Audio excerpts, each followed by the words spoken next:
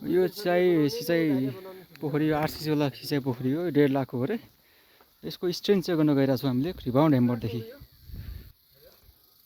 यो हामी पुरै यो लेकमा छौँ है यो करिब 1500 मिटर उचाइमा छौँ यता यस्तो भूगोल छ है पानी पर्न लागेको छ टिमुर हो फेरि यो टिमुर हो यता मकैहरू छ यसको चाहिँ अहिले चाहिँ हामीले रिबाउन्ड हेम्मर टेस्ट गर्दैछौँ यसको कम्प्रेसिभ स्ट्रेन्थ अथवा हार्डनेस कति छ त्यो यसले दिन्छ हेरौँ चिजबिज यस्तो छ यहाँ त भित्रमा देखाएँ मैले यस्तो छ चिजबिज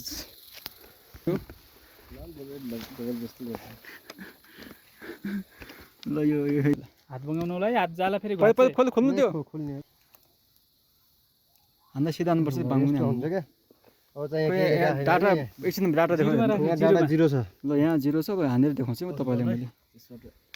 सिधा हान्नु सिधा हान्नुलाई सिधा चस्मा खस्यो ल सिधा हान्नुलाई 0 छ है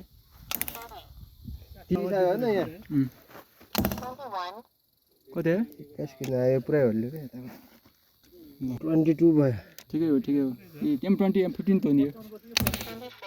20 अब यहीबाट थाहा भयो कि राम्रो हाल्यो नराम्रो हाल्यो राम्रो छैन त दिइहाल्यो त यसले छैन र ल यो ठिक छ यो 20 हुनु पर्ने म 26 आए पनि राम्रो भयो मेरो खिचौँ न यार 26 सिधै घिच्ने हो क्या यो हात हाल्नु पाँच नम्बरमा लग्नु पर्ने छ यो कुला नापे होइन नि मैले एकवटा मान्छु है त कति छ यसको 25 आयो भने चाहिँ लग्नु पर्छ कि दिइरहेको छ उनीहरूले के थाहा हुन्छ त क्या यो ए यसको चाहिँ यसको एभरेज आयो भने कति गर्ने 1 2 3 4 5 र हिसाब गर्नुपर्छ कि अब आउँदैन 0 मा लिएर फेरि गर्नुपर्छ M20 को थियो रेट